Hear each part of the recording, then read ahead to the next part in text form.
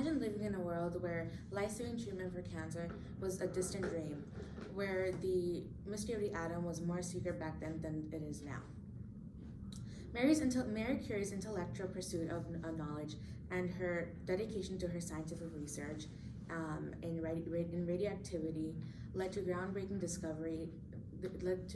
groundbreaking revolution in healthcare and medicine. Um, However, Mary Curie was like most of us. She faced a lot of difficulties and challenges in her personal life, in her professional life, and in the social climate that she lived in. Um, Today, I'll briefly discuss about Mary Curie's personal life and her accomplishments and her journey throughout her career that I'm inspired by, and I strive to embody her values of resilience and dedication to become a better version of myself. According to MaryCurie.org, .uk, Mary Curie was born on November 7th, 1887, in Warsaw, Poland, to two poor school teachers. She was the last of 5 siblings. Her mother died years later, and due to that, her father wasn't able to financially support her or her siblings. So Mary decided to, and because of that, Mary wanted to teach, but due to that financial problem, she wasn't able to. But her sister was able to find her a place in Paris. A lodging in Paris, where she actually was able to attend a university, Sorbonne University. She met her husband there, Pierre Curie, who was also a scientist at that time and was, interestingly, in the same field as her, radioactivity. According to biography.com, Pierre died a few years later due to a tragic accident. Though the loss was tremendous, Curie decided that she would continue her research in her husband's honor. She also took his position as the professor of general physics at Sorbonne University, becoming the first woman to do so in the university's history. According to NobelPrize.org,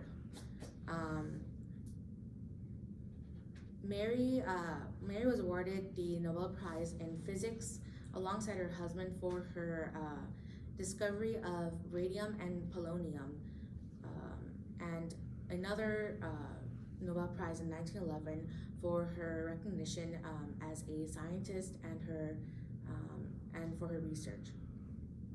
So this means, interestingly, that she was the first woman to ever win a Nobel Prize.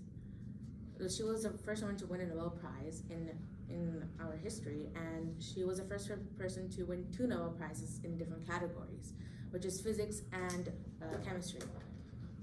And because of that, I take a lot of inspiration from her, because at that time period, women were barred from attending high or prestigious universities and were discriminated a lot by their male peers. Their works were taken without credit.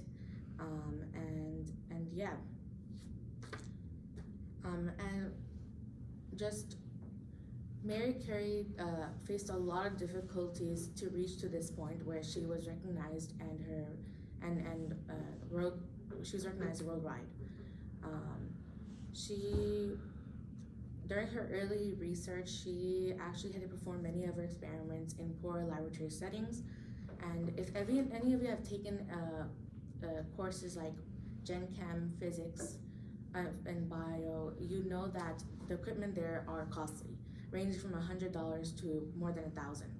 And for her to run these experiments without good instruments would mean that her experiments could come out wrong. And she was working with radium, which is actually a harmful element if you're exposed to it all the time, which she was, which also led to her death later on. Mary Curie's resilience has taught me how to make myself, how to face challenges and obstacles and become a better version of myself, to have such a for her to have such a dedication to a goal would mean that it's something that really is a part of herself, and it's really important for her. And I would like to find something like that in my own life. And as I said, she must have suffered some sort of sexism and discrimination. But by winning this Nobel Prize, she actually broke a lot of social barriers and actually gave a lot of women and girls a chance to bring their ideas and their expertise to the table. So Curie's discoveries, as I said, was finding two elements on a periodic table, polonium and radium, which were not known before. And as you know, radium is a very important element for the treatment of cancer. It led to radiation therapy, it led to x-rays, and her dedication to this lifelong, her dedication to her lifelong achievements inspired me to express my own creativity in different ways. I too am someone who is planning on who is in STEM, who wants to be a doctor, and I think that Mary Curie was one of my greatest inspirations for that. So like her, I like to express my creativity. She liked to express her creativity in different ways, which was researching and studying and learning. And although I do the same, I mostly like to do it in a different way. I like painting, drawing, writing short fiction stories. Like Mary Curie, I don't plan on giving up despite the obstacles I will face in these coming years. Yeah, and Curie's dedication to her work really inspires me to seek more knowledge in different things. I am a curious person by nature.